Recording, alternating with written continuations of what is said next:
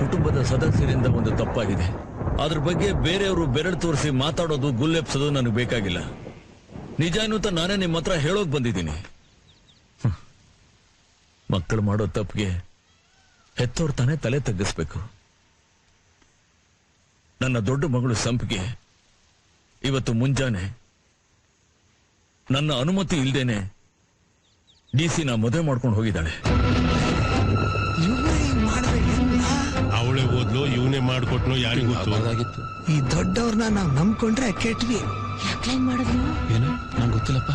ಇವ್ರು ಇದಪ್ಪ ವರ್ಷೆ ಅಂತಂದ್ರೆ ಇದು ಅಪ್ಪ ಊರವ್ರ ಮುಂದೆ DC ಬೈದಿದ್ದೇನು, ಎಗರಾಡಿದ್ದೇನು, ಈಗ ಮಗಳು ಗುಟ್ಟಾಗಿ DC ಜೊತೆ ಓಡೋಗಿದ್ದೇನು. ಮಹಾಜಂತೆ ಹೂವೈನವರು ನಮ್ ಎಲ್ರ ಕಿವಿ ಮೇಲೆ ತಾವ್ರೆ ಹೂವ ಮುಡಿಸ್ತಾವ್ರೆ. ಕುರ್ಪಯ್ಯ, ಮದುವೆ ನನ್ನ ಮಗಳ ಸ್ವಂತ ವಿಷಯ. ಆದ್ರೆ ನನ್ನ ಹೋರಾಟದಲ್ಲಿ ಯಾವ ಬದಲಾವಣೆನೂ ಇಲ್ಲ. ಅದನ್ನ ತಡಿಕ್ ಯಾರಿಂದಾನು ಸಾಧ್ಯ ಇಲ್ಲ. ಸ್ವಂತ ಮಗಳನ್ನೇ ತಡೆಯಕ್ಕಾಗದೆ ಇದ್ದೋನು DC ನಂಗ್ ತಡಿತ್ಯಾ, ನಮ್ ಊರ್ನಂಗ್ ಉಳಿಸ್ತ್ಯಾ? ಹಂಗ್ ಕೇಳು ಕಳಮವ. ಸರ್ಕಾರ ಕೊಡೋ ಪರಿಹಾರ ತಗೊಂಬೇಡ ಅಂತ ನಮ್ಗೆ ಹೇಳ್ಬಿಟ್ಟು ಈಗ ನೀನೇ DC ಸಂಬಂಧ ಬೆಳೆಸ್ತಿದ್ಯಾ? ನನಗೂ ಒಂಥರ ಇದು ಡಬಲ್ ಗೇಮ್ ತರ ಅನ್ನಿಸ್ತಾ ಇದಪ್ಪ. ನಮ್ಮ ಹೆಣ್ಮಕ್ಳಿಗೂ ವರದಕ್ಷಿಣೆ ಕೊಟ್ಬಿಟ್ಟು ಪ್ಯಾಟೆ ಗಣಗಳ ಜೊತೆ ಮದ್ವೆ ಮಾಡ್ತಿದ್ವು. ಕಲ್ಲಾಗ್ದೆ ಒಟ್ಟಿನಲ್ಲಿ ಹೂವಿನ ಮಕ್ಕಳು ಸುಖವಾಗಿದ್ರೆ ಸಾಕು, ನಮ್ ಮಕ್ಕಳು ಹಾಳಾಗೋದ್ರು ಪರವಾಗಿಲ್ಲ. ನಿಮ್ಮನ್ನ ಸಭ್ಯಸ್ಥರು ಅಂದ್ಕೊಂಡಿದ್ದೆ, ನೀವೇ ಹೆಂಗ್ ಮಾಡ್ಬಿಟ್ರಾ?